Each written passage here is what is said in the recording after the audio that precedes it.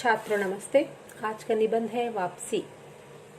यह कहानी आंध्र प्रदेश के सभी विश्वविद्यालयों में प्रथम वर्ष द्वितीय भाषा हिंदी लेकर पढ़ने वाले विद्यार्थियों के पाठ्यक्रम के अंतर्गत लिया गया है। इस पाठ को मैं हिंदी और तेलुगु दोनों भाषाओं में प्रस्तुत कर रही हूँ ताकि जिन्हें हिंदी समझने में कठिनाई होती है वे सरलता से इस कहानी को समझ सकेंगे। आशा है यह पाठ सभी को समझ में आएगा। कहानी की लेखिका उषा प्रियमवदा का जन्म सन 1931 में भारत में हुआ था, तथापि वे अमेरिकी नागरिक हैं। उन्होंने अंग्रेजी साहित्य में पीएचडी प्राप्त की थी। बाद में प्रयाग विश्वविद्यालय में अंग्रेजी विभाग में प्राध्यापिका बनी। उनके कथा साहित्य में आधुनिक जीवन की विसंगतियां, रिक्तता, एकाकीपन आदि का मार्मिक चित्रण हुआ है। प्रमुख रचनाएं जिंदगी और गुलाब के फूल, एक कोई दूसरा, कितना बड़ा झूठ उनके प्रमुख कहानी संग्रह हैं। వాప్సీ కథ రచయిత ఉషా ప్రియమద 1931లో భారతదేశంలో జన్మించారు. అయినా అమెరికా పౌరసత్వం పొందారు. ఆమె ఆంగ్ల భాషలో డాక్టరేట్ పీహెచ్డీ చేశారు. తర్వాత ప్రయాగ్ విశ్వవిద్యాలయంలో ఆంగ్ల భాష అధ్యాపకురాలుగా పనిచేశారు. ఆమె తన పూర్తి జీవితాన్ని అధ్యయనంకి అర్పితం చేశారు. ఆమె ప్రముఖ గ్రంథాలు జిందగీ और గులాబ్ के फूल, एक कोई दूसरा, कितना बड़ा झूठ మొదలగునవి. ప్రస్తుత కథ ద్వారా ఆధునిక యుగంలో మనిషి ప్రేమానురాగాల్ని పొందలేకపోతున్నాడు. ఒంటరితనం జీవితంలో చోటు చేసుకుంటుంది. కొత్త తరానికి పాత తరానికి మధ్య సంఘర్షణ ఈ కథ ద్వారా తెలుసుకోవచ్చును. వాప్సీ అంటే కమ్ బ్యాక్, రిటర్న్, తిరిగి వచ్చుట అని అర్థం. वापसी कहानी दिल को हिला देने वाली है। व्यक्ति कई सपने बुनता है, सपने सपने ही होते हैं, वे अपने नहीं हो सकते। यह कहानी नई कहानियों में श्रेष्ठ और बहुचर्चित है। इस कहानी के प्रमुख पात्र गजाधर बाबू रेलवे में नौकरी करते हैं। उनकी नौकरी अक्सर छोटे छोटे स्टेशनों में रहती है।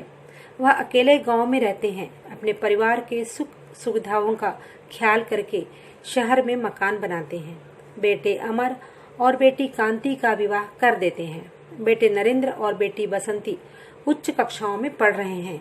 वे अकेले ही इस आशा में जीवन व्यतीत कर रहे हैं कि रिटायर होने के बाद परिवार से मिलकर खुशी से रहेंगे। వాపసీ కథ మనసుని కదిలించేస్తుంది. మనిషి ఎన్నో కలలు కంటాడు. కలలే, అవి నిజం కాదు. ఆమె రాసిన కథలలో ఈ కథ ఎంతో ప్రసిద్ధి చెందింది. ఈ కథలో ప్రముఖ పాత్ర గజాధర్ బాబు. అతను రైల్వేలో ఉద్యోగం చేస్తున్నారు.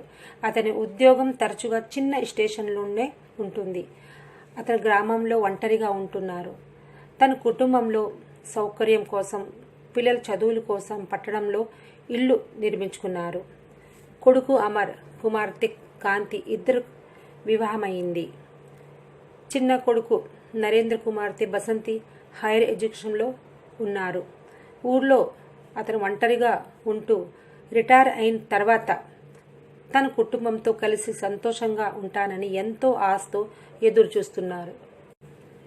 एकांत के क्षणों में उनकी पत्नी बच्चे याद आते हैं।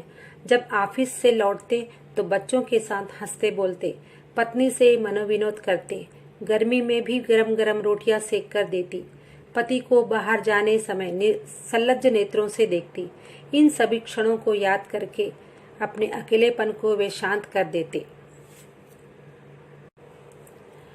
ఏకాంత క్షణాలలో భార్య పిల్లలు గుర్తుకొస్తుంటారు. ఆఫీస్ నుండి ఇంటికి వచ్చి భార్య పిల్లలతో నవ్వుతూ సరదాగా సమయం గడిపేవారు. భార్య వేసవి కాలంలో కూడా ప్రేమతో భర్తకి రొట్టెలు పెట్టి ప్రేమతో వడ్డించేది. బయట నుండి అలసిపోయి ఇంటికొస్తే సంతోషంగా నవ్వుతూ ఆహ్వానించేది. ఈ పాత క్షణాలన్నీ గజాధర్ బాబు గుర్తు తెచ్చుకొని సమయం గడిపేవారు. మళ్ళీ ఎప్పుడు తన కుటుంబంతో సంతోషంగా ఉంటానని ఏకాంత సమయాన్ని గడుపుతున్నారు. భవిష్యత్తులో మళ్ళీ తన కుటుంబంతో సంతోషంగా ఉంటానని ఆలోచిస్తూ ఒంటరిగా ఉద్యోగం చేసుకుంటున్నారు. गजाधर बाबू रिटायर हो गए हैं। घर जाने के लिए अपना सामान तैयार कर लेते हैं। नौकर गणेशी एक डिब्बे में बेसन के लड्डू लाकर देता है। गणेशी अपना ना था, मगर अपनों से भी ज्यादा उनका ख्याल रखता। ट्रेन भले लेट हो जाए, मगर उनके नाश्ते पानी में कभी लेट नहीं करता। उनके बिछड़ने का दुख तो था, मगर अपने परिवार से मिलने की खुशी इस दुख को दबा देती है। గజాధర్ బాబు రిటైర్ అంటే పదవి విరమణ తర్వాత ఇంటికి వెళ్ళడానికి తన సామాన్లు సిద్ధం చేసుకున్నారు. సేవకుడు గణేషి ఒక బాక్సులో శనగపిండి లడ్డు తీసుకొని గజాధర్ బాబుకి ఇస్తాడు. వెళ్ళేటప్పుడు ఇంటికి తీసుకువెళ్ళమని చెప్తున్నాడు. ట్రైన్ లేట్ కావచ్చు గాని గణేషి మాత్రం ఎప్పుడు ఏ లోటు చేయకుండా సమయం ప్రకారంగా చాలా శ్రద్ధగా ప్రేమగా చూసుకునేవాడు. వాళ్ళతో విడిపోతున్నప్పుడు గజాధర్ బాబుకి చాలా బాధగా ఉంది. కానీ కుటుంబంతో కలిసి బ్రతకాలని కోరిక ఆ దుఃఖాన్ని అణచివేస్తుంది. गजाधर बाबू के आने से परिवार के कामों में दखल होने लगा। वे खर्च को कम करने नौकर को बंद कर दिए। तो बेटे ने कहा, बाबूजी बूढ़े हो गए हैं, कुछ सोचते नहीं। बेटी को खाना बनाने कहा तो खाना बिगाड़ दी, वह बात करना बंद कर दी। बहू ने रसोई में जाकर महीने भर का राशन 5 दिन में खत्म कर दिया। पत्नी बच्चों की शिकायत पति से करती। जब पति कुछ कहते तो बच्चों का पक्ष लेती। पति के भावनाओं को समझ नहीं पाती। उनके आने से किसी को भी खुशी नहीं थी। शायद वे पैसा कमाने के मशीन मात्र हैं। बेटे ने दूसरी जगह मकान लेने की सोची। इस तरह जिस आदमी ने अपने परिवार में रहने इतने वर्षों तक इंतजार किया, आने के बाद दुख भरा अकेलापन महसूस किया। గజాధర్ బాబు రాకతో కుటుంబంలో ఎవరూ ఆనందం పడలేదు. అతని రాకతో వాళ్ళ పని పాటల్లో ఇబ్బంది కలుగుతుంది. ఎవరు కూడా సంతోషంగా లేరు. ఆయన ఏమి చెప్పినా అందరూ చిరాకు పడుతున్నారు. ఖర్చులు తగ్గించమంటే కొడుకు వృద్ధ తండ్రికి మతిపోయింది. కూతుర్ని బయట తిరగకుండా వంట చెయ్యంటే వంట పాడు చేసి ఎవరు తినలేకుండా చేస్తుంది. మాట్లాడడం మానేసింది. కోడలు వంట చేయమంటే 15 రోజుల రేషన్ని 5 రోజుల్లోనే పూర్తి చేసేసింది. భార్య భర్తకి పిల్లల మాట వినరు అని ఫిర్యాదు చేయడము, భర్త చెప్పితే పిల్లలకు సపోర్ట్ చేయడం, ఈ విధంగా ఆ కుటుంబంలో అశాంతి చేరింది.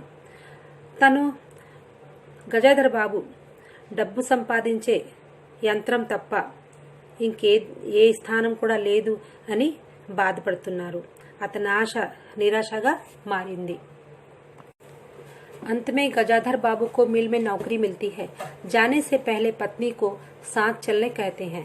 वह कहती है, इतनी बड़ी गृहस्थी को कौन संभालेगा। गजाधर बाबू, ठीक है, तुम यहीं रहो, मुझे परसों जाना है।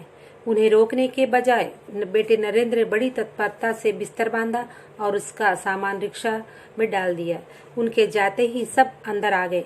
पत्नी बोली, अरे नरेंद्र बेटे, बाबूजी की चारपाई कमरे से निकाल दे, चलने तक की जगह नहीं। इस तरह जिस खुशी में परिवार में रहने आते हैं, फिर अकेलेपन का बोझ लेकर अपने काम में वापस चले जाते हैं। చివరికి గజాధర్ బాబు మిల్లో ఉద్యోగం వచ్చింది అని ఆ విషయం భార్యతో చెప్తాడు. భార్యను తన వెంట రమ్మని అడుగుతాడు. అమ్మో, ఇంత పెద్ద కుటుంబం బాధ్యతను విడిచిపెట్టి మీతో ఎలా రాగలను అని చెబుతుంది. కుటుంబంలో ఏ వ్యక్తి అయినా అతన్ని ఆపలేదు. ఆ బాధలను మింగుతూ అతని ఉద్యోగం కోసం బయలుదేరారు. వెంటనే నరేంద్ర సామాన్లు రిక్షాలో పెట్టేస్తాడు. ఆయన వెళ్ళగానే భార్య కొడుకుతో చెప్తుంది, నరేంద్ర నాన్న మంచం ఆ గదిలో నుండి తీసి, ఇబ్బందిగా ఉంది, నడవడం కూడా స్థలం లేదు. గజాధర్ బాబు మనస్సు నిండా బాధలను నింపుకొని ఒంటరిగానే తిరిగి ఉద్యోగంలో చేరారు.